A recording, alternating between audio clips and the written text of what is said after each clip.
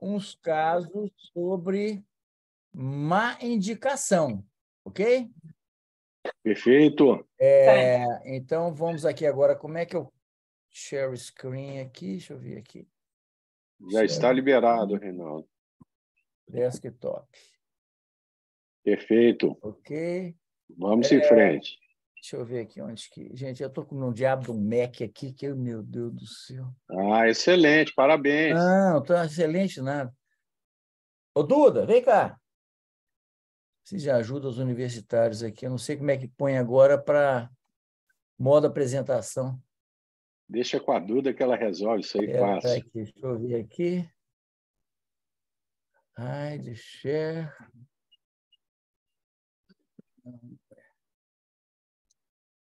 Tem uma setinha embaixo, Reinaldo, escrito share.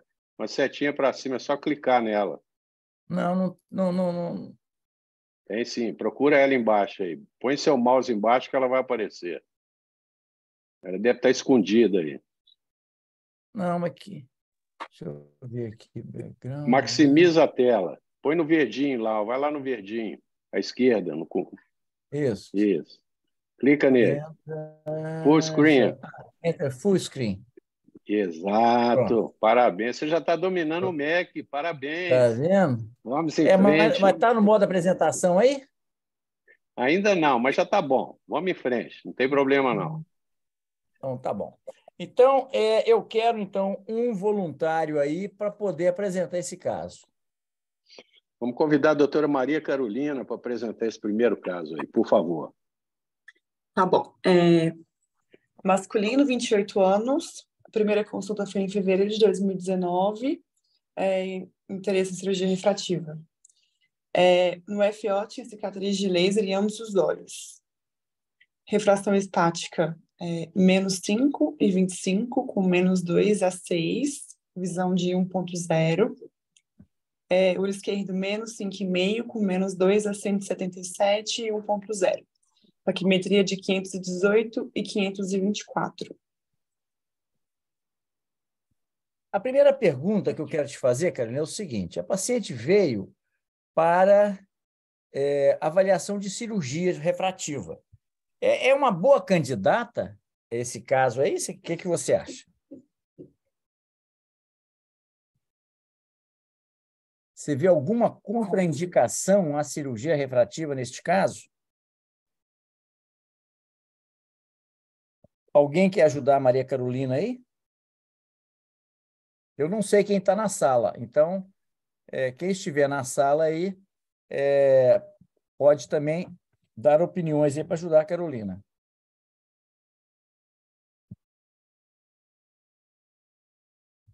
Que eu não estou conseguindo ver a imagem, não sei o que aconteceu, que saiu da minha tela aqui. Não está aqui no... Pela miopia dela, para hablar esse tanto de grau aí, acho que é muito.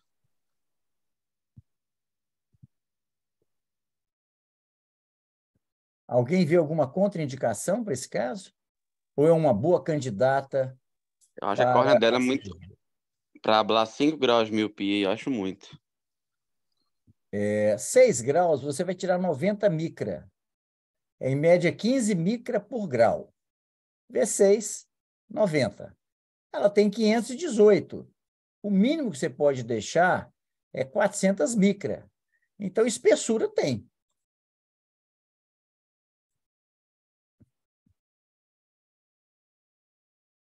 Um grau que é um grau moderado, não é um grau extremo. Uma paquimetria. Você sabe como é que põe a modo apresentação aqui, de slide? Voltei aqui. Eu nunca mexi com o Zoom. Então... Reinaldo, tá bom, não tem problema não. Tá dando para ver numa boa. Ah, ótimo. Eu consegui voltar a imagem agora. Obrigado. Ok. Então, que alguém não operaria essa paciente? Por quê? Pessoal, eu gostaria de ouvir a opinião de todo mundo. Todo mundo deve se manifestar falando se acha que essa paciente deve ser submetida à cirurgia ou não, tá bom? Não é só Maria Carolina, gente, que aqui não são existe todos. certo e errado. Existe o seguinte: todos têm o direito e devem fazer as suas opiniões, porque a gente aprende, inclusive, com os nossos erros. Então, não tem motivo nenhuma pergunta, nenhuma Nenhuma observação ela é inadequada, tá certo? Aqui ninguém critica ninguém. Fique à vontade para fazer as suas observações.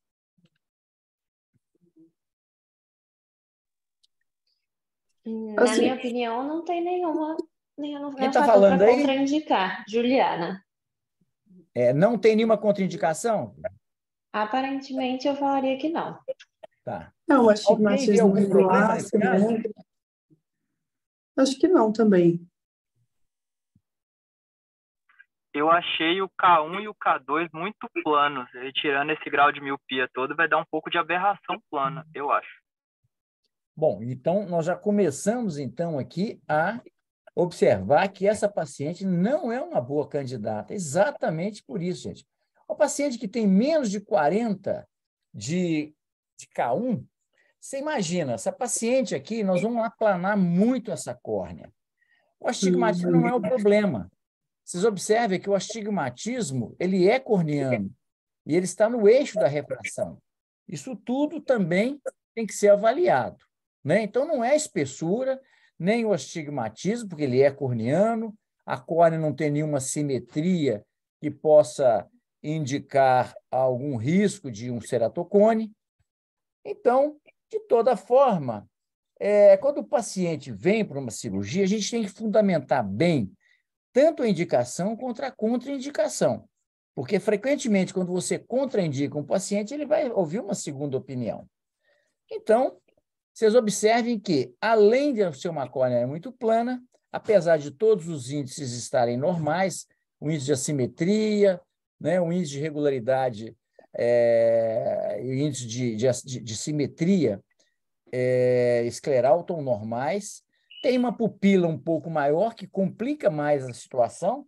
Se não fosse a córnea tão plana, a gente poderia até pensar na cirurgia. Agora, lembrar que uma pupila grande, e isso no topógrafo, que já tem os anéis de plástico que fecham um pouco a pupila, indica que essa paciente tem uma pupila muito grande e pode realmente induzir muita aberração. Então, aí está aí algumas opções. Alguém sugeriria alguma dessas opções aí?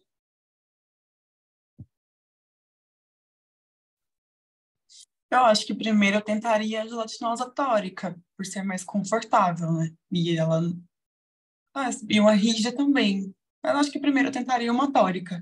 Tá. Lembrar sempre o seguinte, gente.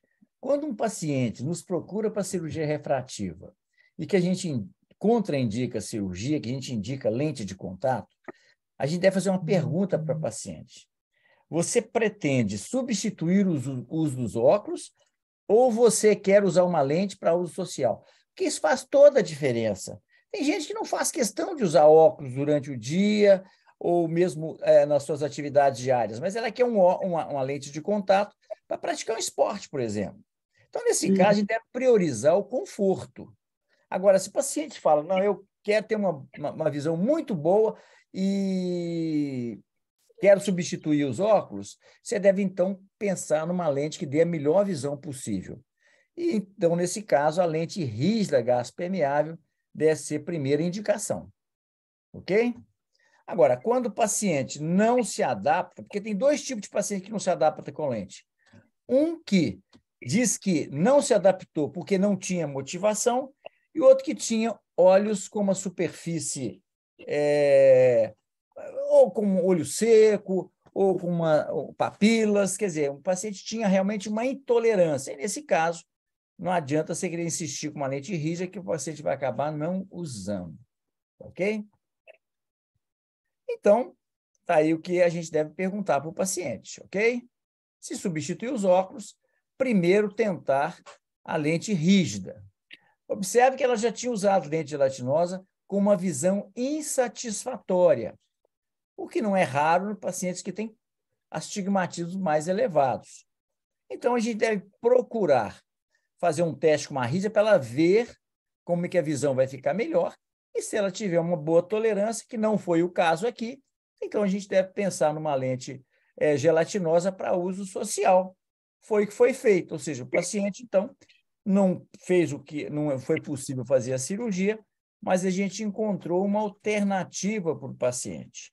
é muito importante isso. Só dizer que não pode operar é muito frustrante, o paciente vai acabar procurando uma segunda opinião, terceira opinião, e uma hora vai achar alguém que opera.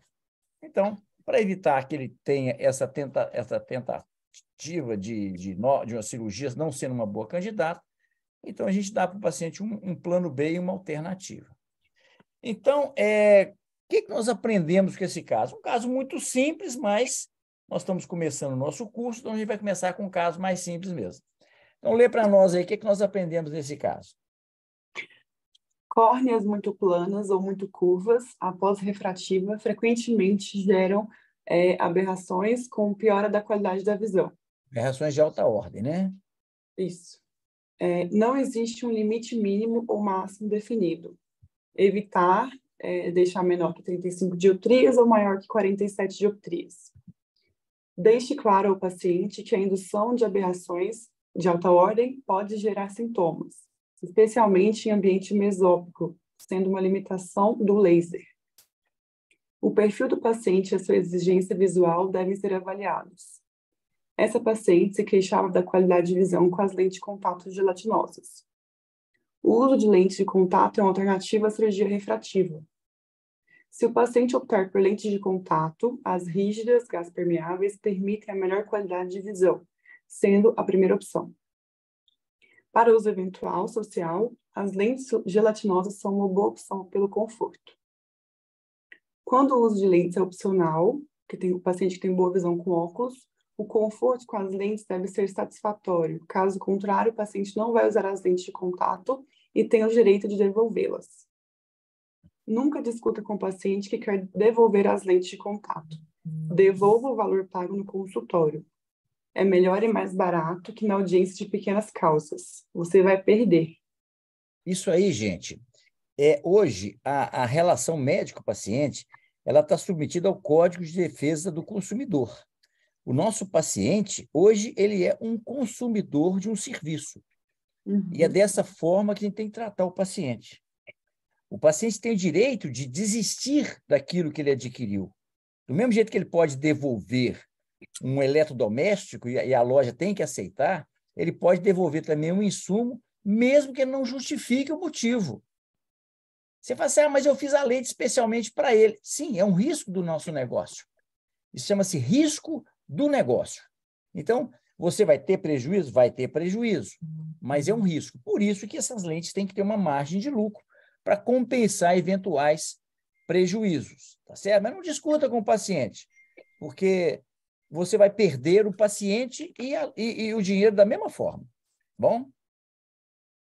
Vamos lá. Doutor Reinaldo, Oi, não. só para tirar uma dúvida, quando um paciente perde uma lente logo depois de fazer o teste, receber a lente, como é que é o seu processo? Ótima pergunta. O paciente, gente, chega todo frustrado porque perdeu a lente, às vezes por falta de experiência e tudo. O que eu faço? Se o paciente for um paciente muito simples, um paciente que teve dificuldade para pagar a lente, eu faço a reposição da lente, sem custo. Aquilo está embutido no custo, no valor que ele pagou da primeira lente. Isso não vai fazer nenhuma diferença para mim, vai fazer uma grande diferença, eu vou fidelizar o paciente. Agora, se é um paciente que tem condições, eu acho elegante você dar um desconto. E para você não falar, por exemplo, você cobra 100 e depois você fala que cobra 20, você vai cobrando só o custo da lente, isso aí dá para o paciente, nossa, esse médico ganha muito na lente. Então, para que você não dê essa percepção, eu viro para o paciente e falo assim, eu vou pedir ao laboratório para cobrar o material e cobro o custo da lente.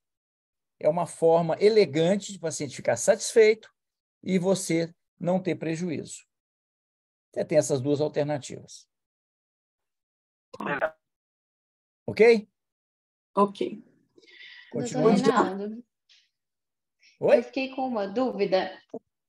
Aqui é a Juliana, tá dando para ouvir? Estou te ouvindo. Eu fiquei com dúvida em relação a essa questão da ceratometria, porque o dele é 39, né? Tem assim, ele tá falando que não tem um valor, né, assim, um único valor para se definir, mas, por exemplo, a gente não indicaria para ele por ser 39 ou porque o dele seria, assim, teria que tirar 6 graus, ainda era 39 e aí o risco era maior. Exatamente. Se você, por exemplo, tivesse uma miopia, o paciente tem 39 de curvatura mínima, K1. Uhum. Se tivesse aí 1 grau, 2 graus de miopia, não teria problema. 37, tá razoável. 36, está razoável. Agora, se o paciente tem 39, você tira 6 graus, na verdade, lá você vai tirar 7, que são 2 de astigmatismo, você vai tirar mais ou menos uns 70%, vai reduzir a ceratometria em torno de 70% do grau. Então, são 7, vai dar em torno aí, vai reduzir mais ou menos uns 4 a 5 dioptrias. Tem 39, vai para 34, 33. Aí você já começa a deixar o paciente com a córnea muito plana e você vai induzir aberrações. Uma coisa é você deixar o paciente com 35 que tinha 37. Outra coisa é você deixar um paciente com 35 que tinha 40. A quantidade de aberração não é só pelo que fica, é pelo tanto que você aplana a córnea. Tá. E para cada grau tem um percentual, geralmente, de em torno de 70%. Você não tira 1 para 1, por exemplo. Se você tira, o paciente tem 40 dioptrias de curvatura, se você tirasse, teoricamente, 5, você não vai deixar esse paciente com 35, vai ficar com 37, alguma coisa assim. Entendi. Vai depender do diâmetro. Nós vamos ver isso depois mais para frente. A regra de Mannerlein leva em consideração que quando você aumenta o diâmetro, a profundidade de ablação ela é proporcional não ao diâmetro, mas ao quadrado do diâmetro. Então, pequenas variações do diâmetro, e às vezes você tem que ter um diâmetro maior porque a pupila é grande, e você pode ter uma profundidade, você vai ter uma indução maior de aberração. Tá certo? Entendi. Obrigada.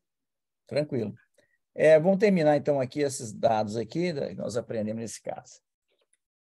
O diâmetro pupilar medido pelo topógrafo é subdimensionado. Se for grande, cuidado. É o que eu falei com vocês, porque o topógrafo, gente, ele mede a pupila, quando ele fotografa para construir o gráfico, ele tem os anéis de plástico que diminuem um pouco o tamanho da pupila. É diferente de outras tecnologias que têm infravermelho para poder medir o tamanho da pupila. Então, se a pupila já é grande num topógrafo, ela, em condições mesópicas, certamente será maior. Se custa a sua paz, é caro demais. Isso aqui é uma aula que nós vamos ter depois com o doutor Leandro Duarte sobre deontologia e cirurgia refrativa, como que a gente deve agir do ponto de vista ético. E então, se custa a sua paz, é muito caro. Tá certo? Você começou a fazer conta demais, começou a preocupar demais, observe se é realmente um bom candidato. Porque muitas vezes o paciente, quando não é um bom candidato, vai custar a sua paz, então é melhor você evitar esse tipo de cirurgia. Bom, alguém quer fazer algum comentário sobre esse caso? Arnaldo? Reinaldo, esse caso é muito interessante pelo seguinte, muitas vezes quem está se iniciando em refrativa, ele fica preocupado com a metropia ser corrigida, as dioptrias e a espessura da córnea. Naturalmente que a refração a ser corrigida é extremamente importante, ela tem que ser muito precisa. A espessura corneana também é extremamente importante. Normalmente, pacientes com córneas finas e alta, com equivalente esférico muito acentuado, normalmente não são bons candidatos para cirurgia refrativa, principalmente se forem pacientes jovens.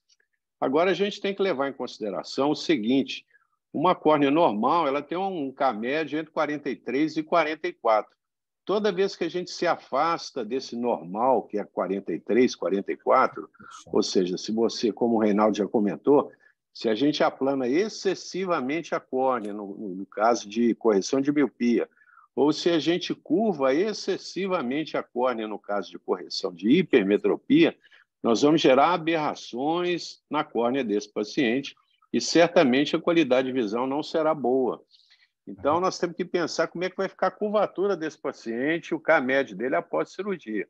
Um paciente que tinha uma alta miopia e você aplana a córnea dele, deixa ele com 34, 35, mesmo que ele esteja hemétrope, a qualidade de visão será ruim, principalmente à noite, se ele tiver a pupila grande. Então, nós temos sempre que levar em consideração não só a refração a ser corrigida, como também paquimetria, as aberrações existentes na córnea e como é que vai ficar a curvatura após o tratamento cirúrgico. Ok? Então é isso. Vamos em frente.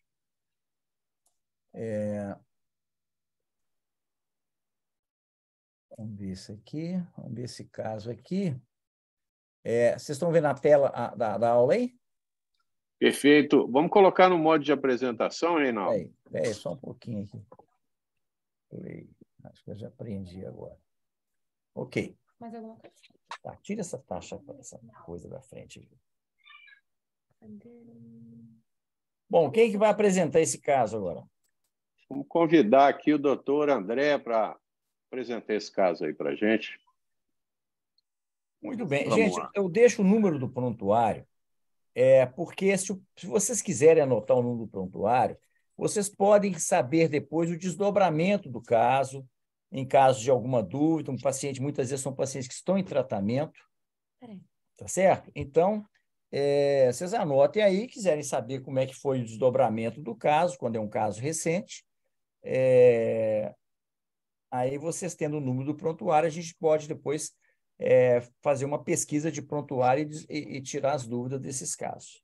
Obrigado. Então, vamos lá. Então, quem que vai falar sobre esse caso? Sou eu, André. Fala, André. FSL, paciente feminino, 26 anos, primeira consulta, janeiro de 2004. Veio para a refrativa com relatório de alta miopia estável, histórico de laser na retina, liberada pelo retinólogo, intolerância às lentes de contato. Refração estática, menos 12 com menos 1 a 80, 1, menos 12 com menos 1 a 100, 0,7. PAC 589 e 573, qual a conduta? Lente de contato, óculos, LIO, faco refrativa, PRK ou LASIK?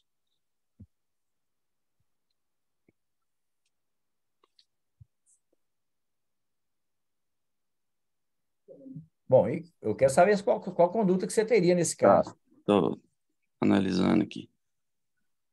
Primeiro, que eu acho que esse relatório de automiopia estável nunca é confiável, né? Acho que a gente nunca pode confiar na refração dos outros.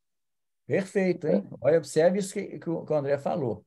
Tome muito cuidado com o relatório, porque o relatório, muitas vezes, o médico que fez o relatório, ele fez de acordo com o interesse do paciente e nem sempre espelha a realidade. Às vezes o médico não tinha follow-up do paciente, então é muito importante você tomar cuidado. Deixa eu ver aqui.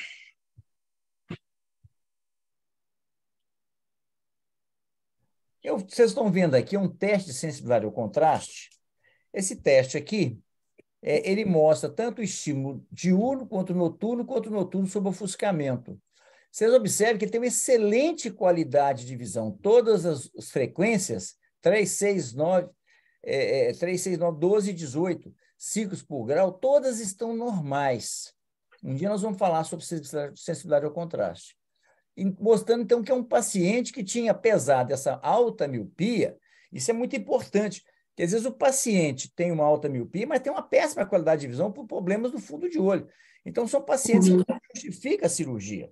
Observe que já começa a ter algum problema de acuidade visual do olho esquerdo. Mas o que você faria nesse caso, André? A córnea também dela é 42 ali de K1, né? E com esse grau não vai ter como tirar tudo. Dependendo das expectativas da paciente, né? Talvez até por melhor qualidade de vida, combinar com ela a cirurgia para reduzir um pouco esse grau e fazer óculos esteticamente mais aceitáveis, por exemplo. Isso tudo, gente, faz parte de uma relação médico-paciente transparente e saudável. Às vezes, o que o paciente espera de você, você não pode entregar. Mas, às vezes, o que ele espera de você, você pode entregar. Você fala assim, mas 12, qual que é o limite máximo de correção de miopia? Depende de muitos fatores. Um dos fatores é a necessidade do paciente. Se o paciente tem 12 dioptrias, tem que lembrar que a gente não tira 12 dioptrias na córnea. Esse é o grau do óculos. Então, na córnea, esse paciente vai tirar em torno aí de 10, 9,5, 9. Então, não é um grau tão extremo, que como tem uma córnea de ótima espessura, você poderia, em tese, até melhorar bastante a vida desse paciente, porque realmente usar um óculos de 12 graus, se o paciente tiver qualquer problema para usar lente de contato, realmente é uma limitação muito grande. Então, você tem que dizer para o paciente as limitações da alta miopia e, se a paciente achar que pode ser interessante reduzir o grau de miopia, essa paciente pode se beneficiar da cirurgia. Tá certo? Às vezes o paciente sabe que não vai corrigir tudo, mas ela ficaria feliz de usar um óculos de 4 graus, de 3 graus, de 2 graus, que seja. Tá certo? Principalmente se ela tiver complexo com esse grau tão alto e não conseguir usar lente de contato. Outras alternativas seria, com certeza, uma lente fásica. Altas miopias se beneficiam muito da lente fásica e a qualidade da visão com lente fásica é muito superior à cirurgia na córnea. Então, isso é uma questão. Você pode, às vezes, conseguir até tirar o grau do paciente, mas você vai gerar muita aberração de alta ordem nessa córnea, e esse paciente pode ter uma má qualidade de visão, principalmente em ambiente mesópico. Então, pense tudo isso da necessidade do paciente, a exigência, os seus hábitos, antes de propor a cirurgia. Ok?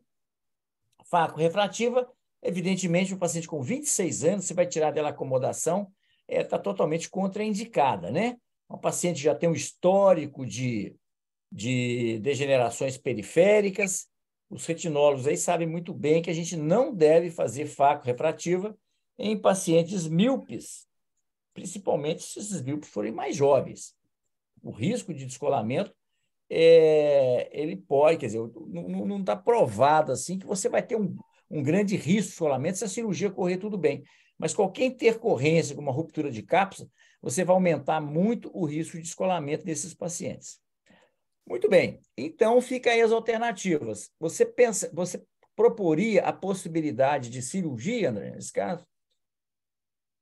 Se a paciente aceitasse a limitação de não correção total? Se fosse hablar, por exemplo, 9 graus, a curvatura da córnea ali cairia para uns 36, 37, né? Poderia induzir muita aberração também, né? Então, acho que para ela o ideal seria a lente fásica mesmo. E vai depender muito também de quê? Da anamnese, da anamnese, para que essa paciente você possa saber dos seus hábitos. Paciente que dirige muito, especialmente à noite, estrada, é uma coisa. Agora, se é um paciente, por exemplo, que é trabalho doméstico, ela não trabalha, não dirige, a situação, o mundo dela, a exigência visual é menor. Pode ser que essa paciente tenha um resultado muito bom e fique muito feliz com o resultado. Você tem que analisar realmente o perfil do paciente, que para um caso pode ser um péssimo caso e outro caso pode ser um caso muito bom. Tá. Tá certo? Você olhando só o caso, você não deve tomar uma decisão, você tem que conversar com o paciente. Esse olho tem um dono, e esse olho tem uma expectativa. Alguém, o dono desse olho, tem uma expectativa. E a expectativa do paciente é mais importante do que o grau que ele tem. Ok? Seleção Beleza. é muito importante. Selecionar mal um paciente é você ter aborrecimento o resto da vida. Então, você tem que saber selecionar bem, um consentimento informado, claro do que você está oferecendo, para que o paciente depois não venha lhe cobrar aquilo que não foi prometido. Porque o que foi prometido, ele vai te cobrar. Beleza. Pois bem, então, o que você faria com essa paciente? Eu acho que eu proporia a liofásica mesmo, Renato. Seria a primeira opção, sem dúvida seria a primeira opção. Mas era uma paciente mais simples, uma paciente que não tinha a menor condição. Infelizmente, liofásica, gente, não é para qualquer um, pela limitação financeira. Uma lente fásica é muito cara. Só a lente, no caso de uma lente tórica, ela vai custar aí mais de R$5.000 cada lente, fora a cirurgia, entendeu? Então, realmente é muito caro. Quer dizer, o início da despesa do paciente é mais de R$10.000. Só da lente. Então, vocês imaginam, isso não é para qualquer pessoa. Bom, e aí? Considerando que a lente fásica não está no horizonte dessa paciente, você pensaria, se a paciente aceitasse as limitações da cirurgia, você faria a cirurgia refrativa corneana? Eu acho que como a córnea é mais plana, né, 42, ali baixinho, para tirar 9 graus dela aí vai ser complicado. É igual eu falei com você. Depende Mas a tudo. exigência Você vai visual, né? induzir aberrações? Certamente. Agora, depende muito da exigência do paciente. Aham. É porque Então acho nós que eu não temos proporia. muito claro o que é ter 12 graus de miopia para um paciente num óculos. Você tem uma É. restrição de campo de visão muito grande, uma estética Uhum. muito ruim, que muitas vezes a indução de aberrações, mesmo que a qualidade da visão não seja muito boa, o paciente tem uma percepção de ganho em função da situação que ele vivia até então. Aham. Ok? Então, tem isso Acho que tem vale que a ser pena. pensado. Bom, então vamos ver o que foi feito. Essa paciente, então, em 2004, foi submetida a LASIK. Essa fórmula que eu estou colocando aí é a fórmula que eu falei com vocês há pouco do Mannerline. O artigo original dele está aí na tela. Mostra que a profundidade de ablação ela depende da quantidade de dioptria multiplicada pela zona óptica ao quadrado dividido por 3. Então, o que é que a gente pode fazer nesses casos que é uma miopia extrema? Uma das alternativas que você pode ter é reduzir um pouco o diâmetro de ablação. Que foi o que foi feito aqui. O diâmetro de ablação nesse laser que foi feito, que foi o Tecnolas, era 6. Eu passei a zona óptica para 5,5, que você reduz de forma significativa a profundidade de ablação, para diminuir o risco de ectasia. E se observe que, mesmo assim, nós tivemos uma ablação de 149 micra de profundidade. É muita micra. Tudo bem que é um paciente que tinha 580, 570. Se você considerar que o flap tem, em média, 120 ou 140, então você tira de 570, 140 e mais 150, dá 290. Então, tem que ficar mais de 250 micra no LASIK. O ideal é mais de 300 micra. Ou seja, é um caso que estava todo no limite. Uma idade que era uma idade uma córnea mais estável, mas uma situação realmente meio que inusitada, uma situação bem desafiadora. Ok? Vamos para. Vocês viram aqui, esse aqui é o laudo do laser, tá certo? Aqui mostra quanto que foi o grau que foi retirado, quanto que foi colocado, a data, a idade do paciente e tudo. E você observa que eu não mexi no cilindro, tá? Até porque ninguém falou nada, mas esse cilindro não tinha na córnea. Mas um de cilindro em 12 de miopia praticamente não faz diferença nenhuma. Então, para reduzir um pouquinho a profundidade de ablação, eu ignorei esse cilindro. Bom, então, continua aí, André. Pós-op imediato. Plano, vendo 0,7, mais um, vendo 0,7. Percepção do resultado. Isso aqui é um questionário. Isso aqui eu uso muito, gente, com o paciente. É um questionário qualitativo que eu digo para o paciente. A cirurgia não atendeu sua expectativa, então, atendeu parcialmente, atendeu totalmente ou superou a sua expectativa. Porque isso aqui, a gente lida em refrativa com expectativa.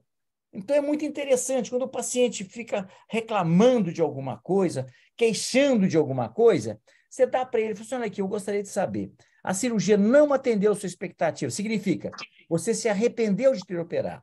Atendeu parcialmente. Você operaria de novo, mas você tem restrições ao resultado. Atendeu totalmente. Você não faz nenhuma restrição ao resultado. Superou. Você está encantado. Ok? Então, como essa paciente aqui foi uma paciente que fez parte da minha tese de doutorado, nessa tese eu tinha um questionário qualitativo. Por isso que está na tela aí qual foi a percepção de satisfação do paciente. Então, continua. E o AT, o quê? Atendeu, né? Atendeu totalmente. Totalmente, tá. 30 dias, queixas de visão noturna. Menos meio, vendo 1, mais 1, vendo 1. Pensando no Sabe que resultado, ela superou. queixava, mas a percepção de ganho foi tão que ela falou que superou o que ela esperava. Até porque ela foi preparada para ficar com resíduo refracional. No quarto mês, sem queixas, menos 1,5, vendo 1 e plano 0,9. Percepção do resultado, atendeu totalmente. 1 ano pós-operatório, queixa de necessidade de óculos para dirigir à noite. Menos 2,5, vendo 1, plano, vendo 1. Percepção do resultado, atendeu totalmente. Então, você viu o seguinte, o que você faria, então? Que tipo de complicação que você se preocuparia com essa paciente? Observa que ela estava plano, mais 1, depois menos meio, mais 1, depois menos 1,5 plano, depois menos 2,5 plano. Que preocupação que você teria com essa paciente? Uma miopia progressiva, né? Uma miopia progressiva, mas você podia estar também tendo uma outra complicação mais grave até. Ectasia. Uma ectasia.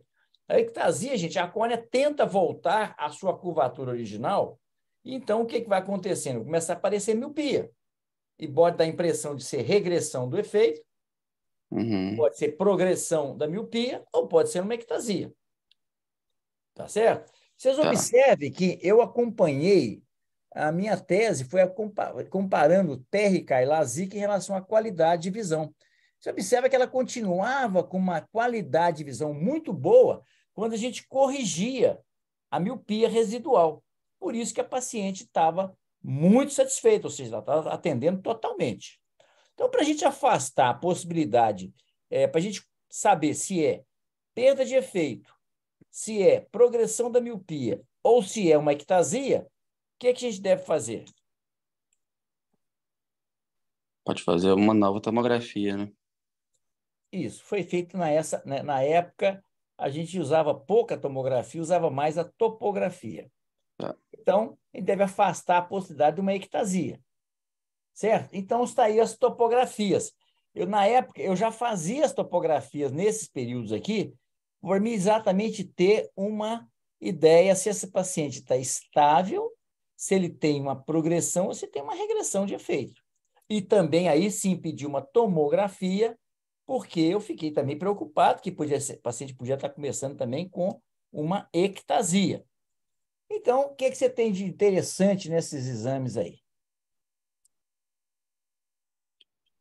Parece que realmente só a miopia mesmo progrediu, né? Você observa que a topografia prévia era 42, né? E agora está com 34. Ou seja, das 12 dioptrias, teve um aplanamento de 8 dioptrias na córnea. Uma ablação muito centrada, uma topografia muito bonita, né? E o que a gente observa é o seguinte, a topografia é muito estável, inclusive a tomografia, que aqui é o Orbiscan, que é um equipamento que a gente usou muito na época, depois ele parou no tempo e veio, então, o Pentacan e o Galilei. Então, o que nós observamos? Se eu não acompanho o paciente a longo prazo, eu vou estar achando que está aqui com plano, com menos 1, qualquer coisa assim, que está muito feliz da vida. Na verdade, quando a gente acompanha o paciente a longo prazo, é que a gente vê as complicações a longo prazo. Observe que a paciente foi acompanhada com 4 anos e meio, já estava com 3,5, 1,75, e 9 anos após a cirurgia. Estava com 35 anos, e a paciente que se dizia intolerante às lentes opta por voltar a usá-las. E foi passado para o paciente, então, lentes de contato gelatinosas para a correção da metropia que estava em evolução. Ou seja, foi um paciente que foi mal selecionado, porque, na época, eu acreditei num relatório que o paciente trouxe. Se lembram lá atrás, o paciente dizendo que tinha uma miopia estável. Ok? Bom, aqui a gente tem que levar em algumas considerações o seguinte. Ela foi, em 2004, então, ela foi, nessa época, na década de 2000 a 2010, o LASIK, ele imperou. A gente só fazia LASIK, a gente não fazia PRK. Nessa época não se tinha a mitomicina C, para evitar o RACE, que é aquela irregularidade na cicatrização, a transformação do ceratócito em miofibroblastos, que não são transparentes. Então, você observa o seguinte, quando a gente faz um flap com o Hansa-Tome, o flap é 140. Nesse caso, o estroma residual ficou 440, 424. Bastante satisfatório, né? Agora, lembrar que em cima disso aqui foi tirado 150 micra, né? Ou 140 micra, mais ou menos. Então, aqui está o seguinte, ó. Observe, se você fizer PTA, é o percentual de tecido ablado. É um trabalho que foi feito pelo Marconi de Santiago, dizendo que o PTA é uma avaliação mais precisa do risco de ectasia do que a espessura da córnea ou até mesmo a topografia, simplesmente. Então, é muito importante a gente saber o quanto que você tira em relação à espessura da córnea para que você tenha, então, o cálculo do PTA. E o PTA, nos estudos dele, acima de 40, a gente tem um risco de ectasia maior. Abaixo de 40, acima de 40, o risco é maior e abaixo de 40, o risco é menor. Então, 40 seria o mínimo que você deveria ter de percentual de tecido ablado para que você evite a ectasia. Tá ok? Vocês observem que, nessa paciente, o PTA dessa paciente... Lembra que isso aqui foi publicado em 2015, essa paciente foi operada em 2004.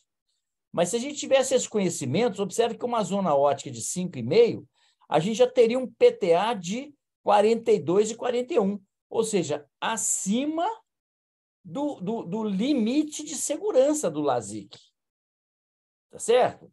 Então, hoje a gente considera que o principal fator de risco para a ectasia é uma topografia alterada, que é o maior risco. Depois o risco é o PTA, abaixo de 40, depois a idade, e a paquimetria vem como o último fator isolado de risco de uma ectasia.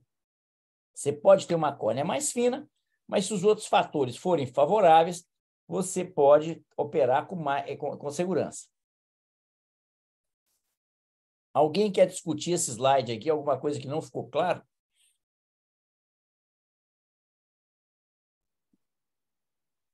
Eu acho que esses artigos aqui vocês deviam fazer um print da tela e depois darem uma lida nesses artigos, que são muito interessantes, sobre risco de ectasia.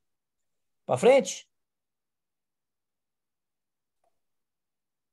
Alguém quer fazer algum comentário ou vamos para frente? Alô, alô? Reinaldo. Oi? Você já vai concluir o caso? Não, vou ou você ainda terminar vai o caso. discutir? Depois você faz suas observações, então. Ok. Então, vamos lá. lá. O que nós aprendemos com esse caso, André?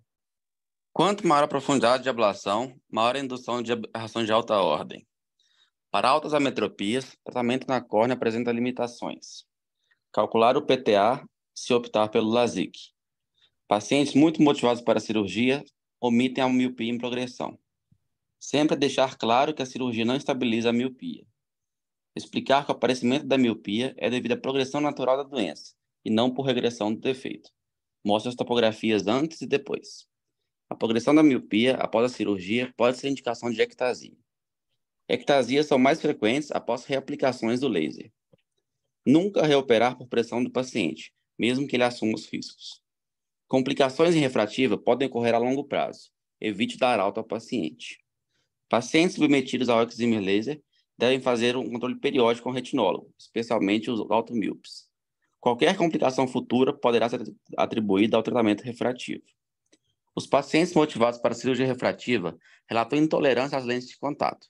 Existe uma grande diferença entre falta de motivação, que é frequente, e intolerância, que é infrequente. Tá.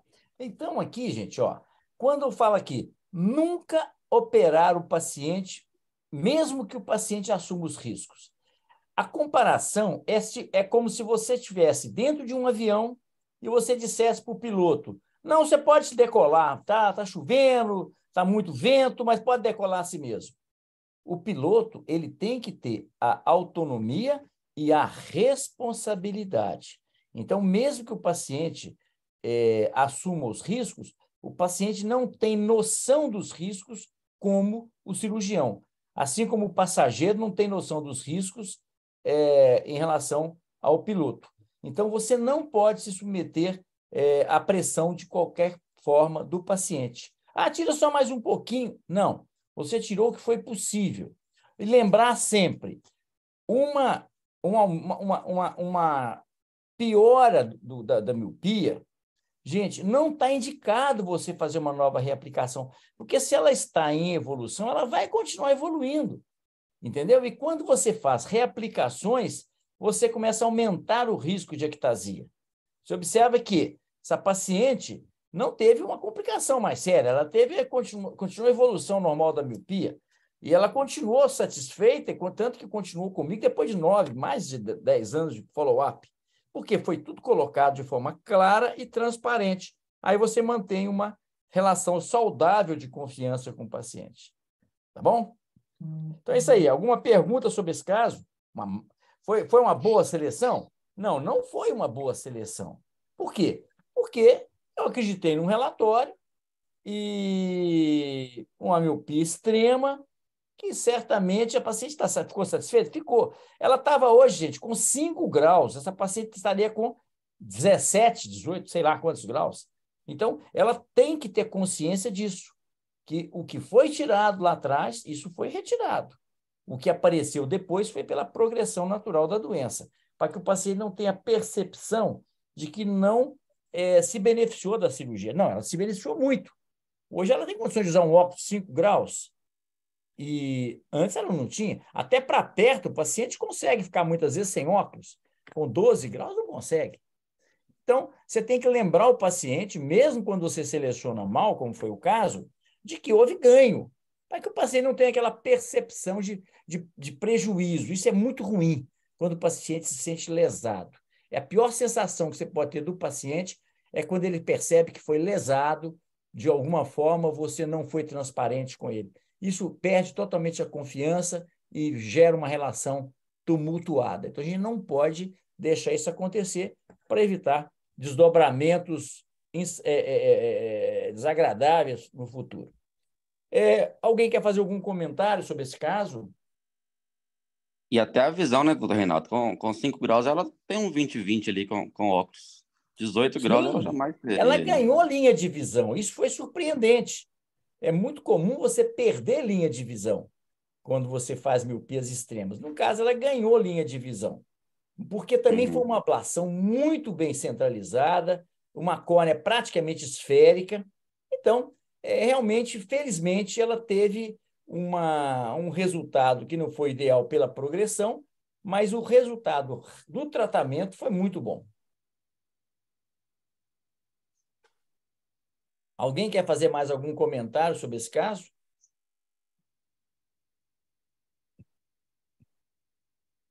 Reinaldo, acho que ninguém quer comentar mais. Só lembrar o seguinte, pessoal.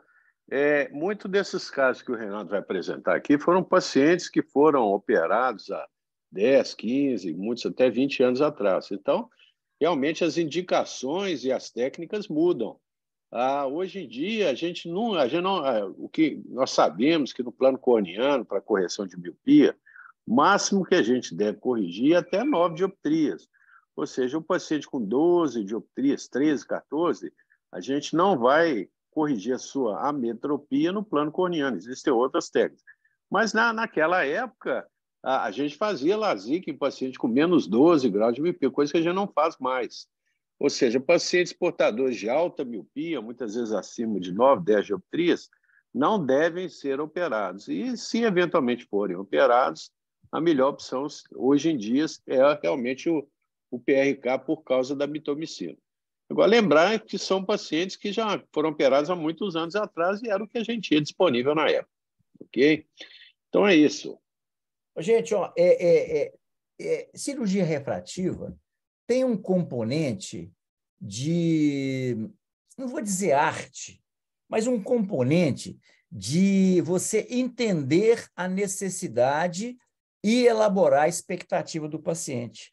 Não tem muito tempo, eu operei um paciente que tinha, acho que, 12 graus e eu fiz nele um PRK. Por que eu operei sabendo que esse paciente já era um paciente com mais idade, a miopia estava estável e eu não pretendia tirar o grau todo?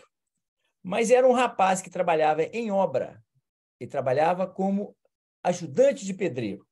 Esse rapaz me foi encaminhado como uma pessoa muito simples, precisava de ajuda e tudo. Então, ele me contava a história dele, que ele estava lá batendo massa, lá, carregando carrinho de cimento, num solão danado, e o óculos embaçava o tempo todo. Ele tinha um grau muito alto, 12 de miopia, ele virava e mexia, quebrava o óculos, perdia o óculos, e ele tinha uma invalidez quando ele tinha algum problema com óculos. Então, a vida dele era dramática, ele não tinha outra ocupação. Então, quando ele me contou a história dele, eu falei com ele, ó, você tem condições de usar um óculos escuro, mesmo que tenha um grauzinho, tal, para você trabalhar durante um ano direto? Consigo diminuir meu grau? Tem. Então, eu fiz a cirurgia nele, ele ficou com um grau residual e melhorou demais a vida do paciente. Muitas coisas ele conseguia fazer, inclusive sem óculos. Então, a gente tem que avaliar a situação do paciente, porque muitas vezes é o que é possível. É o ideal? Não, não é o ideal, como o Arnaldo falou. Não é o ideal, mas muitas vezes é o que é possível para aquele paciente.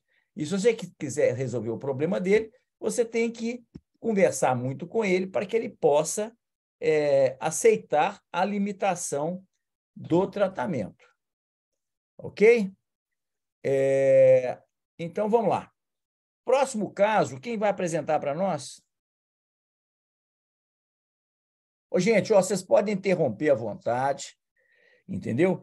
Eu sei que no começo surgem muitas dúvidas, vocês não têm que, evidentemente, ter a melhor conduta nessa fase, mas vocês vão aprender com os erros de vocês e vocês vão ver tantos casos que o nosso curso ele é baseado nesses casos desafiadores.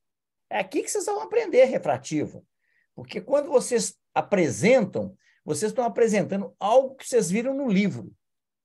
É muito diferente de vocês estarem tendo uma aula com casos reais e que são casos desafiadores. E nós, especialistas em cirurgia refrativa, temos que saber lidar com esses casos desafiadores, porque casos simples, qualquer um opera, não precisa ser especialista em refrativo. Geralmente, eles vão mandar para nós aqueles casos difíceis, e nós vamos abordar todas as possibilidades de desafio em cirurgia refrativa. Então, vamos lá. Quem vai falar para nós esse caso? Doutora Juliana, está online? Juliana.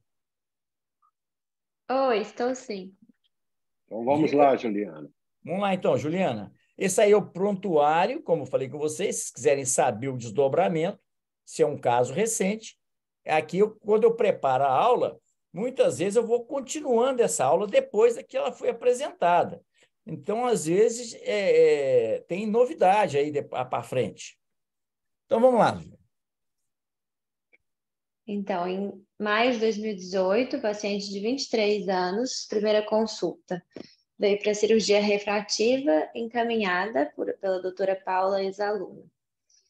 Então, na refração Gente, eu era sempre menos... coloco isso no prontuário, Juliana, porque depois eu faço um relatório e reencaminho a paciente para o médico que me encaminhou. Tá?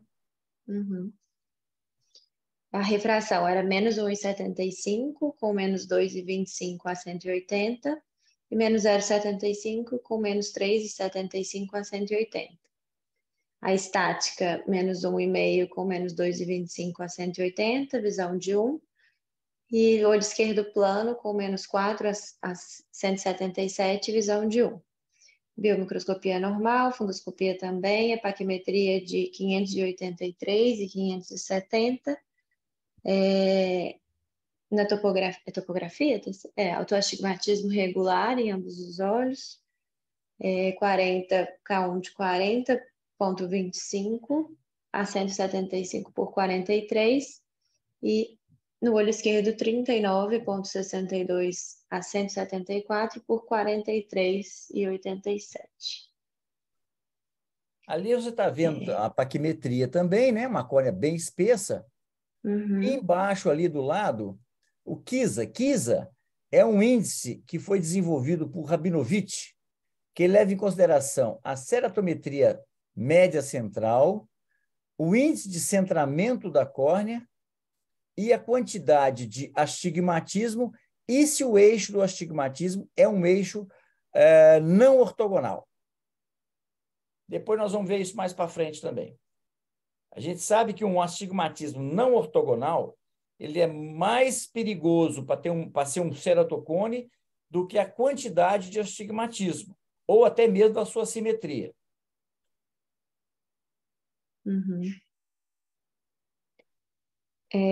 Os outros, esse SOL é o quê? SOL? Solicitado o mapeamento de retina e pentacam? É isso aqui? Sim, solicitado mapeamento de retina. E sempre que você tem um paciente jovem com altos astigmatismos, o Pentacam sempre deve ser pedido. Se você teve qualquer dúvida, peça o Pentacam ou o Galilei.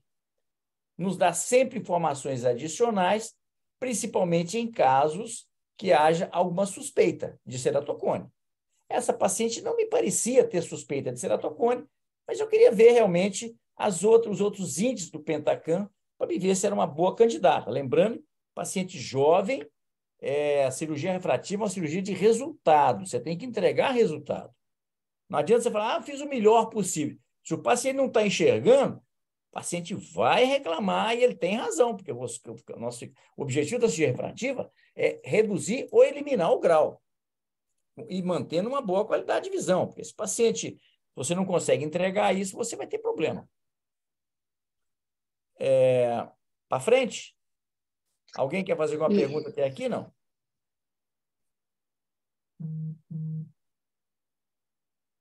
Gente, perguntem à vontade, participem, para que vocês desenvolvam o raciocínio clínico. Se vocês ficarem só esperando a resposta, a gente não aprende com a resposta dos outros, a gente aprende muito mais com os nossos erros. Então, se se enganarem por qualquer motivo, não há motivo de preocupação. A gente está aqui para tirar as dúvidas de vocês. Alguém quer fazer alguma pergunta? Vamos para frente. Então, vamos.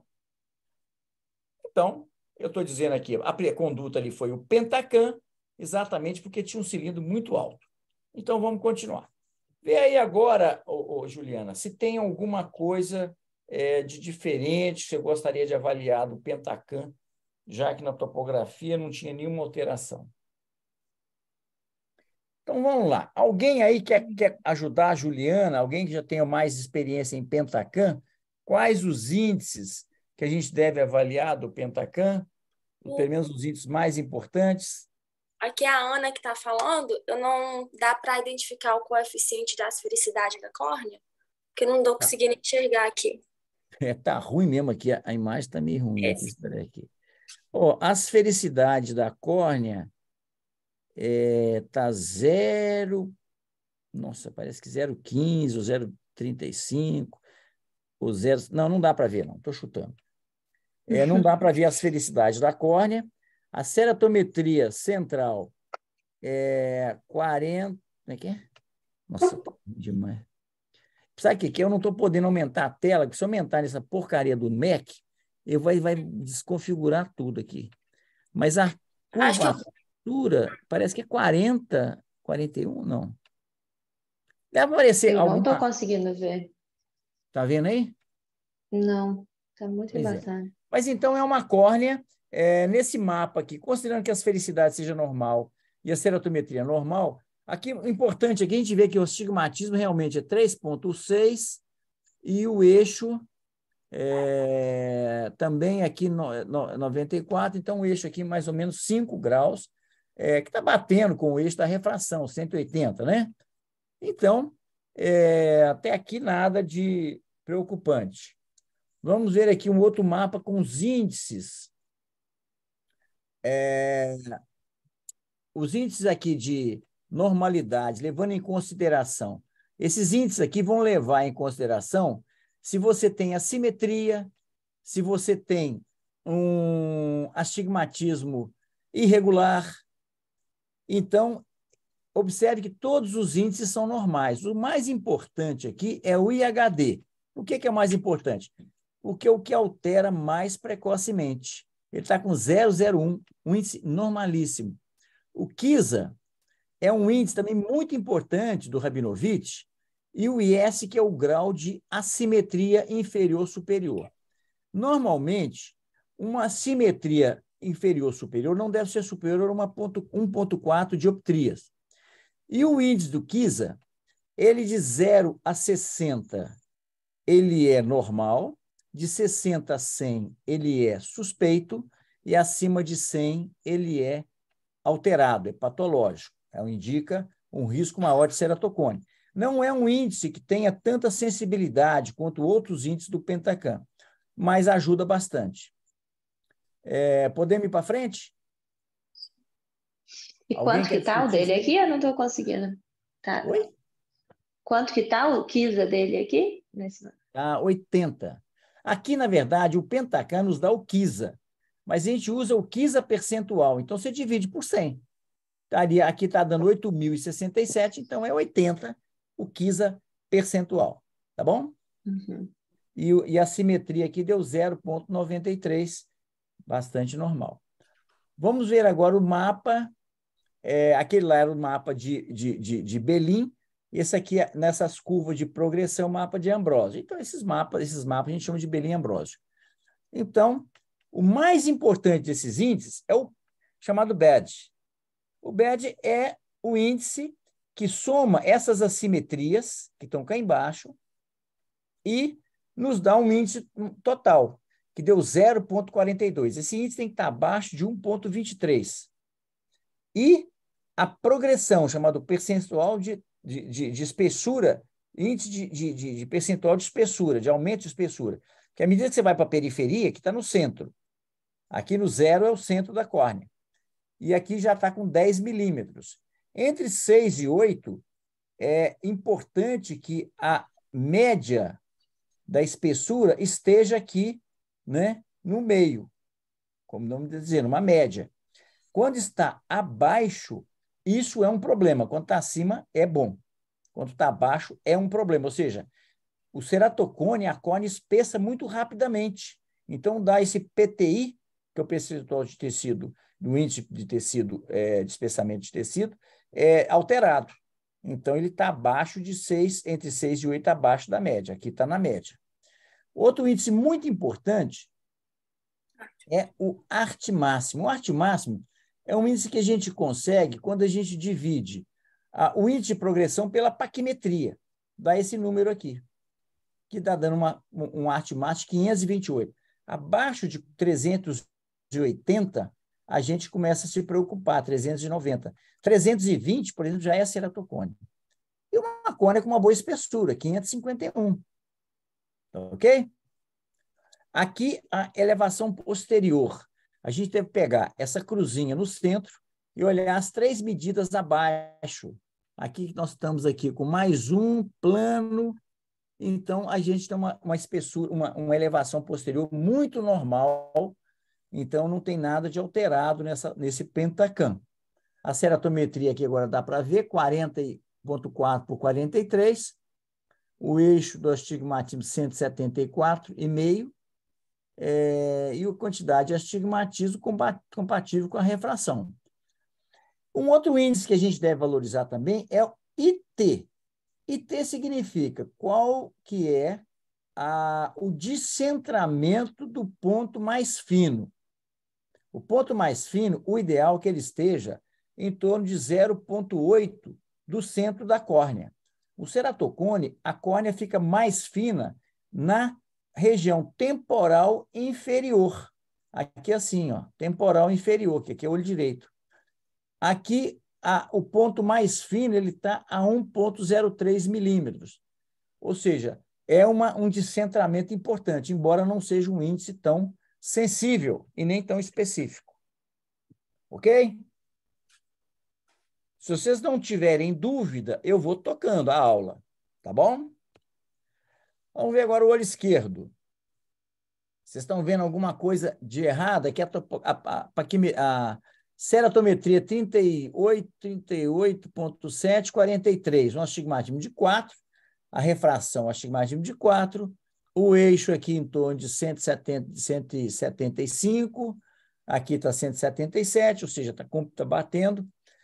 Aqui o astigmatismo central, você observa que ele é bem ortogonal, mas quando vai chegando para a periferia, ele começa a perder um pouco da ortogonalidade, mas a parte central dele, ele é bem simétrico e ortogonal, como é na topografia. Aqui está mostrando que a asfericidade é 0,65. Possivelmente, a asfericidade do olho direito também deveria ser 0,65. O normal é uma asfericidade de 0,23. Córneas hiperproladas, essas córneas geralmente têm uma asfericidade aumentada. Isso acontece no ceratocone. Ceratocone, geralmente, esse índice aqui é bem alto, muito mais do que 0,23. Bom, vamos ver os índices aqui. Aí agora já começa a aparecer alguma coisa diferente. O aparelho, ele coloca os índices em amarelo ou vermelho para chamar a atenção se são índices normais. O IHD, como eu falei com vocês, é o mais importante, é o que altera mais precocemente. Ele aqui está dando 0,014, o normal até 0,01. Está um pouco alterado, tanto que ele está amarelo. Agora, o KIS aqui já está 122, ou seja, indicando já uma córnea alterada, mais a simetria 0,58. Mas o índice de Rabinovich não é tão sensível quanto os outros índices do Pentacam. Apenas nos ajuda a ter um raciocínio. Aqui vamos ver. O mais importante nesse mapa de Belin-Ambrosio é a curva BED, que está também muito normal, 0,68. E o percentual de espessamento da córnea entre 6 e 8, bastante na média, ou seja, também normal. Uma córnea de 556 micra e um arte máximo de 568, excelente. E uma elevação posterior aqui de mais 3. O ideal é que essa elevação seja abaixo de 10, 12, né? Acima disso, a gente começa a ficar um pouco preocupado. Ela está dando aqui uma elevação muito baixa. O IT aqui também está dando normal, 0,8. A ceratometria 38,7,43. O eixo também está batendo. Então, fica aí a questão. Devemos ou não operar essa paciente? Quem está falando aí? Quem está apresentando esse caso? Sou eu, Juliana. Então, e aí, Liliana? Deu uma esclarecida aí? Olha, muita informação, né? Assim, acho que... Nós vamos repetir isso exaustivamente, não preocupa não, tá? Uhum. Não consegui pegar tudo, mas assim, à medida que você foi falando os índices, a maioria eu achei que estavam dentro da normalidade. Um ou outro que ficou ali próximo, né, do limite superior, mas eu acho que, no geral, a suspeita, assim, não tem nenhuma suspeita de irregularidade, de ceratocone, não. Eu acho que poderia operar. Vamos ver o que foi feito. Aqui, só para mostrar os dois mapas, um do lado do outro, a curva de Belin-Ambrosio aqui é bastante normal e tudo. Então, você operaria. Qual cirurgia que você faria? Um PRK ou LASIK?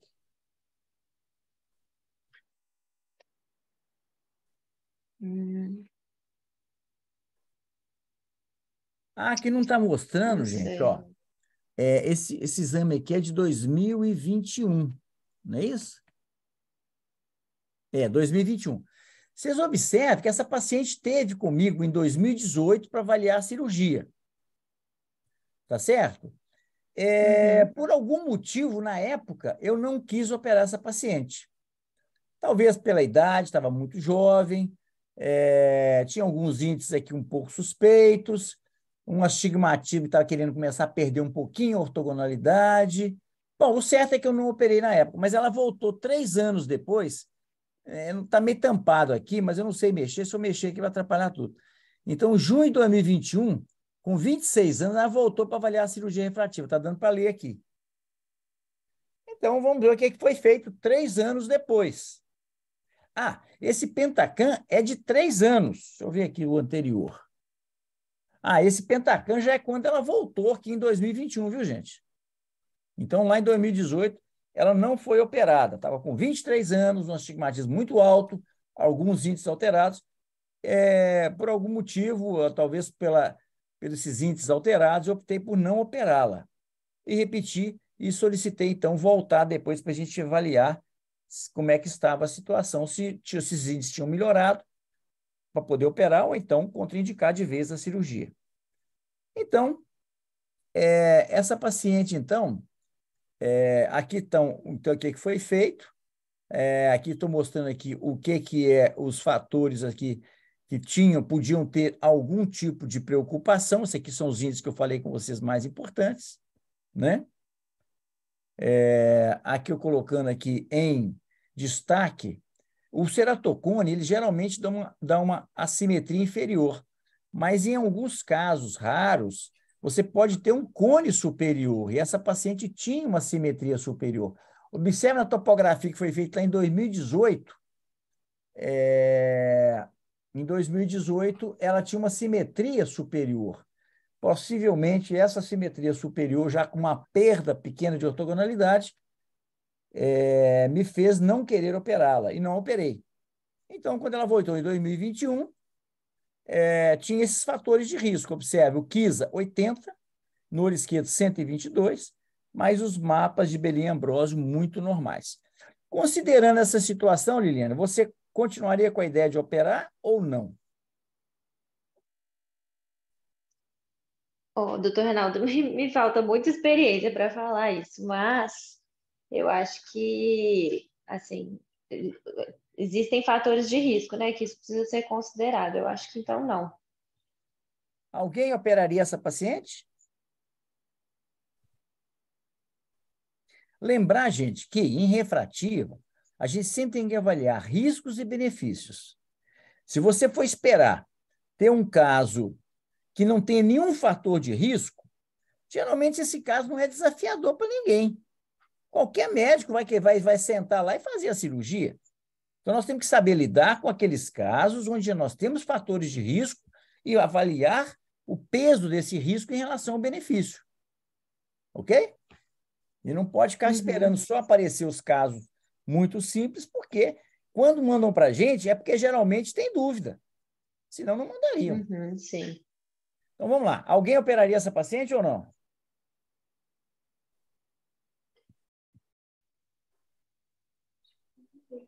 Está todo mundo me ouvindo aí? Perfeitamente, Reinaldo. Pessoal, eu gostaria que todos se manifestassem dessa sua opinião. Ok? Vamos lá.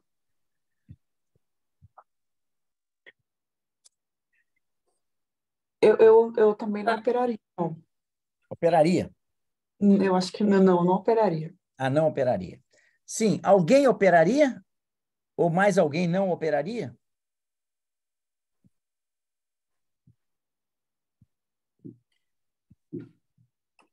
Gente, eu quero a participação de todos por um motivo simples. Esse tipo de exercício que a gente faz, para que ele seja eficiente, é importante que vocês dê as opiniões de vocês, certo ou errada.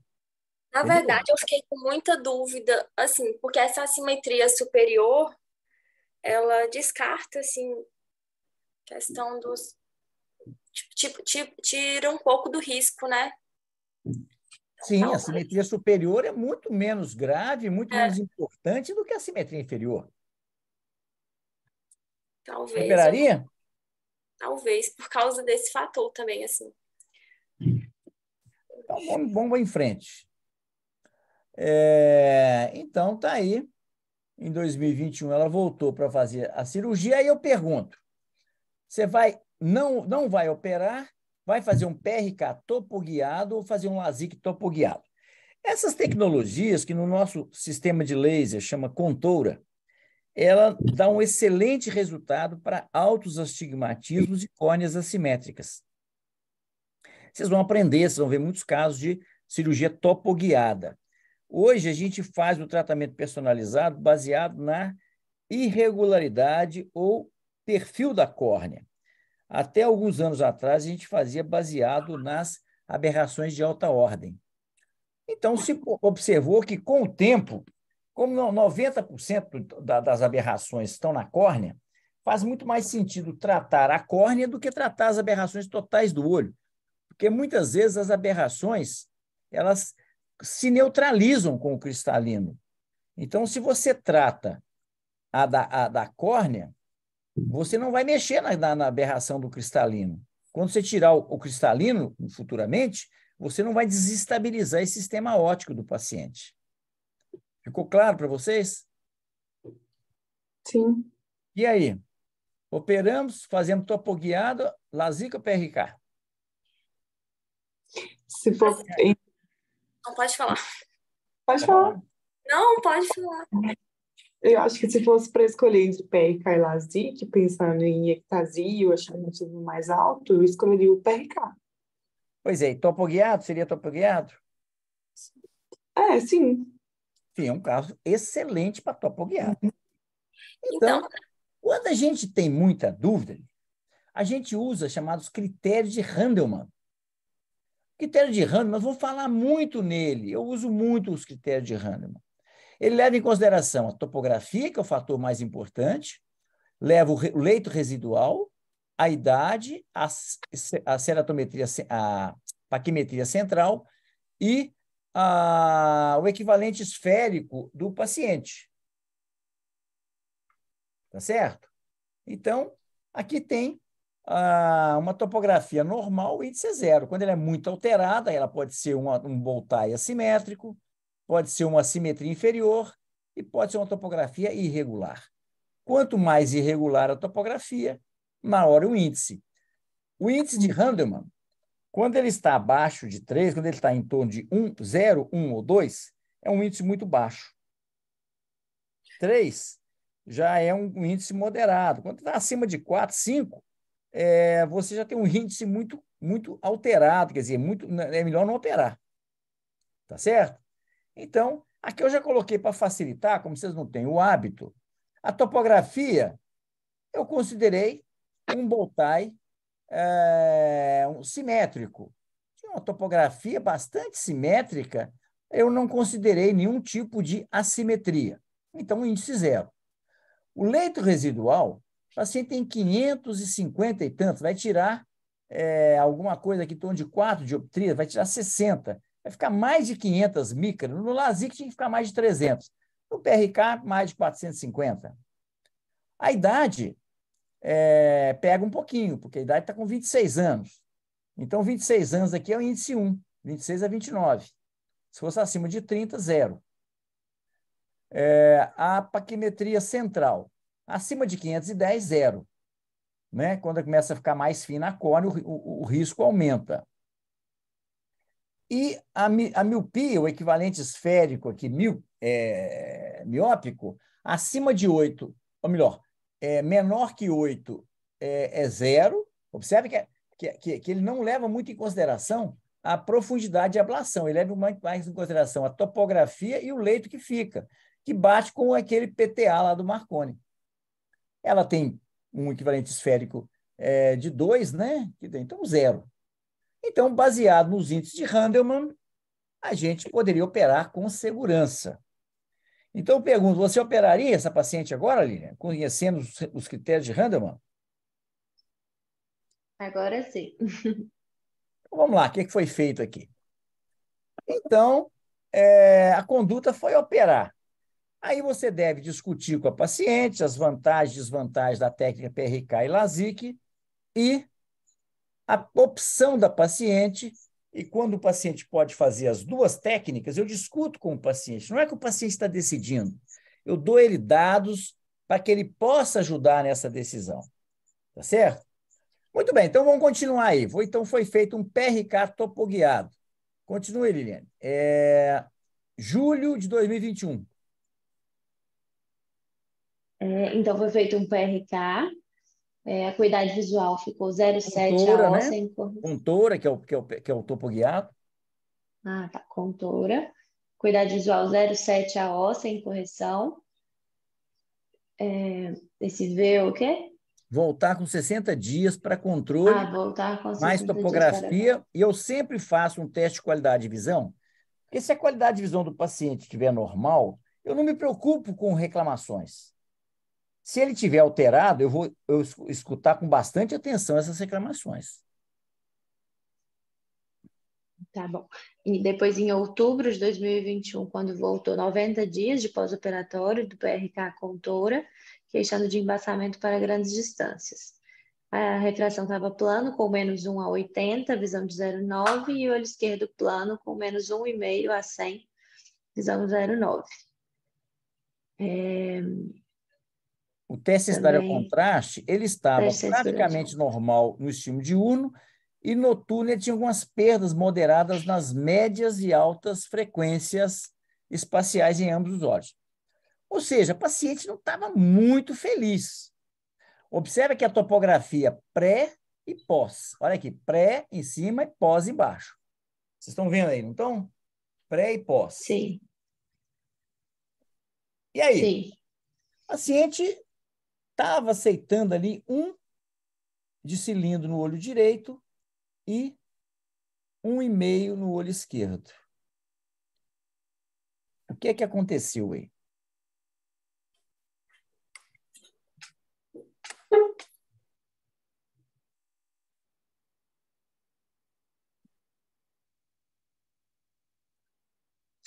Você suspeitou de alguma ectasia, não?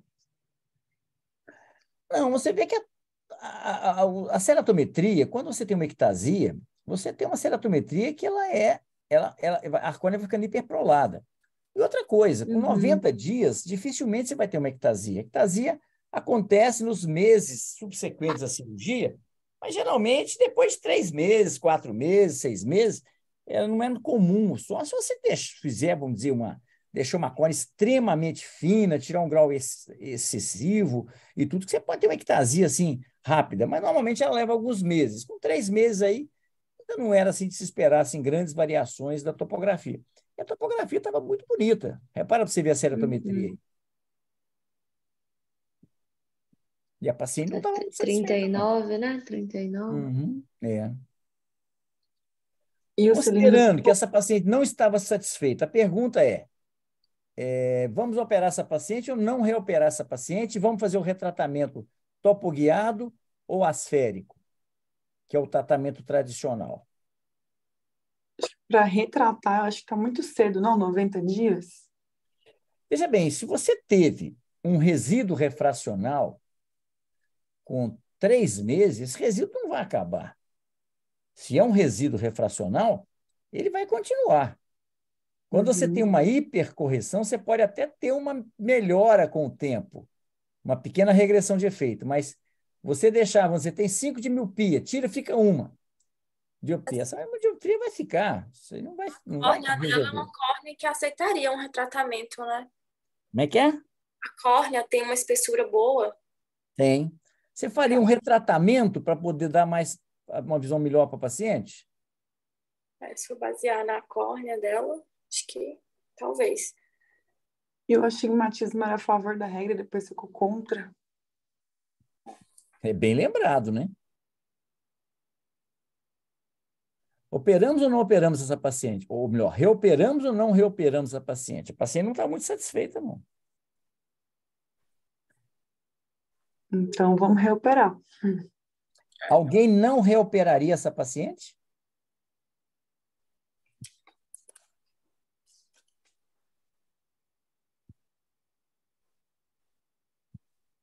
A turma na sala aí. Eu acho que tem que reoperar também. Eu também acho. Tá. Bom, então vamos ver por que eu não reoperei essa paciente. O que está dizendo aí para mim não reoperar essa paciente, gente? Olha, alguém falou assim, baseado na topografia, eu operaria. Eu já digo, baseado na topografia, eu não operaria. Acho que está pegando mais no eixo ali, né? Não sei se pode ser isso. O que é? Que o eixo visual dela ali na topo parece ter ficado um pouco mais comprometido, né? O centro. Porque não era... Aí, gente, o que vocês estão vendo de diferente nessa topografia e nesses índices da ceratometria? Compare com o que era antes com o que é depois. É um pouco assimétrico. É normal, né? Uma córnea com um astigmatismo alto assim, é normal que você tenha uma certa irregularidade corneana, que o laser não é feito de forma homogênea no centro. Então, você pode ter, às vezes, uma pequena irregularidade. O importante é a área central da córnea. A gente só usa os 3 milímetros centrais da córnea. O restante da córnea só vai ser usado se você tiver uma pupila muito grande e vai ser usado para te dar problema. E, geralmente, a periferia da córnea tem muita aberração e, quando você usa, quando você tem uma pupila muito grande, é para te atrapalhar, porque quando você tem uma pupila pequena, você só usa os 3 milímetros. Os ceratômetros, gente, utilizam os 3 milímetros centrais. O restante do ceratômetro desconsidera. A topografia é um mapa construído a partir dos anéis de Plácido. Então, vamos lá. Por que não operaria essa paciente? Nessa topografia mais recente, tem um índice que ficou em vermelho ali? SS ou Tem, mas depois SRI que ou você não? faz a cirurgia, você altera muito a topografia da córnea. Então, é normal que você possa alterar os índices. Os índices do Pentacan também vem tudo alterado. Então, Entendi. a avaliação da cirurgia, você tem que tomar cuidado com os índices, porque os índices podem ser alterados pela cirurgia, e isso não é problema. Isso é uma característica da nova córnea que foi feita após o laser. Uhum. Gente, por que não vamos operar essa paciente? Ela não foi com astigmatismo residual, gente? Sim. Olha a córnea dela, ela tem astigmatismo nessa córnea? Não. Se a córnea é esférica, gente, vocês vão tratar na córnea algo que não está na córnea? Você não pode mexer nessa córnea. O tratamento topoguiado foi excepcionalmente bem sucedido. Só que essa paciente tinha um astigmatismo interno que não foi corrigido. Tá certo? Agora, isso foi para mim uma surpresa muito grande, porque ela tinha na córnea um astigmatismo muito semelhante ao que eu tinha na refração. Só no olho esquerdo é que tinha um pouco mais. Ela tinha meio a dioptria. Meia dioptria é pouco. No entanto, depois ficou com 1,5 de dioptria interna na córnea, no cristalino. Então, é uma paciente que tem um astigmatismo interno, cristaliniano, então você não pode operar. Se você operar essa paciente direção, você pode até corrigir o grau, mas você vai induzir aberrações e essa paciente vai ter uma qualidade de visão ruim. Ela estava com uma qualidade de visão até razoável, apesar desse grau residual interno. Então, o que é que você tem que fazer para poder a paciente entender que você não vai reoperar?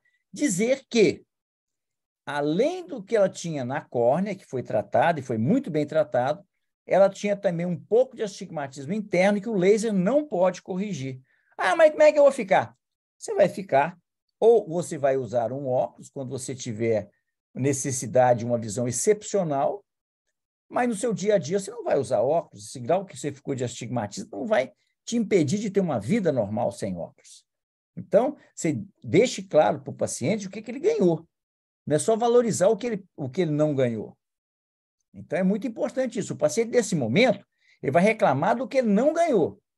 E você tem que deixar claro que ele tinha necessidade de um óculos de uso constante e agora vai usar um óculos excepcionalmente para dirigir, por exemplo, à noite, uma legenda de filme, alguma coisa assim.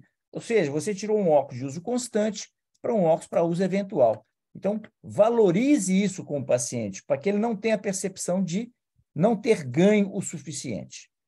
Ok? E por motivo nenhum você aceite reoperar esse paciente, porque não tem indicação, porque a córnea dele é uma córnea esférica. Então, orientado para aguardar 6 meses, porque às vezes quando o paciente fica muito relutante, insistindo, você fala assim, vamos fazer assim, vamos dar um tempo para que a gente possa ver como que sua córnea vai reagir. Esse tempo, gente, não é porque a gente depois vai operar, é para que o paciente aceite e se acostume àquela nova situação, que é uma situação muito melhor. Com 6 meses, observa aí, o paciente estava com 0,8 sem correção, você deve fazer sempre esse teste bilateral, quando tem algum resíduo refracional, e eu pedi para a paciente voltar com 6 meses, mas eu falei com ela que não ia operá-la. 1 ano após... Aí continue agora, Liane. Agosto de 2022. 1 ano já.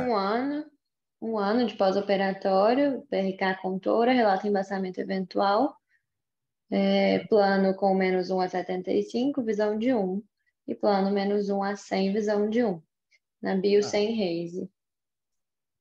Tá, o que você faria?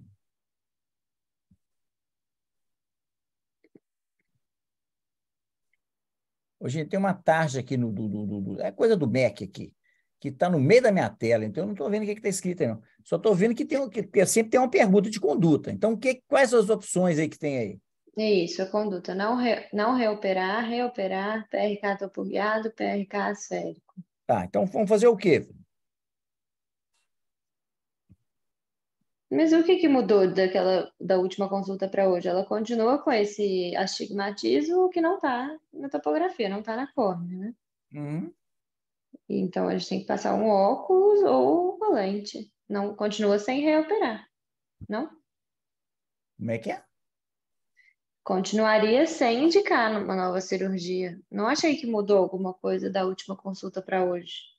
Você operaria, não? Não, continuaria não operando. Perfeito. Foi a conduta tomada aí, não foi? Ainda não apareceu. Aí. Uhum. Aí observe que eu repeti a topografia, né? Eu não estou vendo a topografia aqui, porque tem um negócio na frente aqui, mas qual que foi a conduta aí tomada? Não reoperar. Ok, por quê? Porque o astigmatismo não está na córnea. Perfeito. Olha lá. Ok? Então, você mostra para o paciente. O paciente tem condições de entender, gente. Às vezes a gente fica achando que o paciente não consegue entender as coisas. Se você explicar numa linguagem que ele possa entender, ele vai entender por que não pode ser reoperado. Então, lê para nós, Eliane, o que nós podemos aprender com esse caso? O que aprendemos neste caso?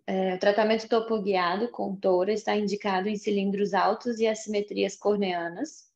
Cilindros residuais são comuns após o tratamento e frequentemente bem tolerados. Deixe claro para o paciente qual é a refração final, principalmente em caso de queixa visual. O cilindro refracional deve ser tratado na córnea. Em caso de cilindro interno, o risco de comprometer a qualidade visual não justifica o tratamento. O teste de sensibilidade ao contraste indica o comprometimento do resíduo refracional. Não tenha constrangimento em receitar óculos após o tratamento refrativo para situações especiais, se houver queixa. Isso aqui é muito importante, se houver queixa. Porque se o paciente tem um resíduo refracional e ele está feliz com a visão, deixa ele sem óculos. Ele operou para não usar óculos. Uhum. A segurança e o conforto em primeiro lugar. Se por acaso a visão estiver limitando para, por exemplo, dirigir tudo, só por questões de segurança, eu sei que você não está precisando, mas por questão de segurança, eu vou receitar um óculos, nem que ele fique no porta-luva do carro, mas você use para dirigir à noite para evitar algum problema. Não se deixe pressionar para reoperar se não tiver indicação. Nunca fale em zerar o grau. O tratamento refrativo é muito eficiente, mas não tem uma precisão absoluta. Aqui, na verdade, o tratamento foi muito eficiente e teve muita precisão. O problema é que o astigmatismo cristaliniano não tendo sido diagnosticado, porque ele não tinha como diagnosticar, porque o refracional estava muito próximo do corneano. Então, eu não tinha como, porque se tivesse uma diferença grande, nem deveria ter sido operado, né? Outra coisa, nunca fale em zerar o grau, até porque zerar é coisa de oftalmologista. Não existe na língua portuguesa o verbo zerar. Simplesmente não existe. Então, não use aquilo que não existe, né? Então, colocando igual um monte de palavra aí que não existe, essas coisas que não... Né? Mas isso aqui não é nem politicamente correto, isso aqui é totalmente errado. Você falar em zerar grau. Bom, alguém quer fazer alguma pergunta sobre esse caso? Você observe, gente, quanto conhecimento num único caso. Então, é o seguinte, eu tenho assim, um trabalho muito grande para fazer esses casos. Então, eu quero que vocês todos participem para que faça sentido eu ter esse trabalho. Porque, senão, a gente pode voltar para leitura de capítulo de livro, para apresentação de capítulo de livro, que não dá nem de perto a quantidade de conhecimento que vocês conseguem discutindo num caso real desafiador. Mas para isso, o Arnaldo vai ficar de olho em vocês aí, para que alguém começar a ficar quietinho demais aí, o Arnaldo vai puxar as orelhas e começar a pôr para falar toda a aula. Viu, Arnaldo? Perfeito. Pessoal, Vamos lá. quarta-feira que vem, nós teremos a apresentação da doutora Ana Maria sobre um tema muito importante, que são as indicações de tomografia de córnea na indicação de cirurgia refrativa. Ela vai falar das indicações de tomografia de córnea e das indicações de OCT e mapa epitelial, ok? Então, semana que vem, voltamos ao nosso horário normal, quarta-feira, 19h30, apresentação de vocês, e na quinta-feira, os casos cirúrgicos com o Reinaldo. Alguém gostaria de fazer alguma pergunta, algum comentário? Arnaldo, quantas horas A hora aí? é agora. São 9h30. 9h30 já? Isto. É porque eu Meu tô assim... relógio aqui são 9h30. Não, então tá bom. Por hoje eu ia apresentar mais um caso aqui de um paciente que ficou bravo, mas por causa de indicação errada. Mas a gente deixa para outra oportunidade. Falou, gente. Perfeito. Então, uma boa noite a todos aí. Obrigado, Reinaldo. Então, lembrem-se de que essas aulas são para que vocês participem, tá certo? Então, Arnaldo, vamos começar a fazer uma lista aí do pessoal para que a gente não deixe ninguém escondido aí. Eu quero a participação de todos. Eu quero que no final do curso de vocês estejam capazes de resolver todos esses casos desafiadores, tá bom? Perfeito. Acho que todo mundo entendeu, pessoal. Na realidade, um fellow vai apresentar, mas todos precisam dar sua opinião e discutir. O objetivo é esse, ok? Arnaldo, você quer fazer algum comentário sobre esse caso? Não, acho que está bem explicado, Reinaldo. Okay, Nada a então. comentar, ok? Falou, gente. Semana que vem, então, voltamos ao normal. Beleza. Obrigado. Tá, boa noite a Falou, todos, gente. pessoal. Boa noite Bom a final todos. de Boa noite, semana. Arnaldo. Boa noite, pessoal. Obrigado, Obrigada, Até boa quarta. noite. Até mais, hein? Boa Até noite. quarta. Boa noite. Falou, gente. Boa noite.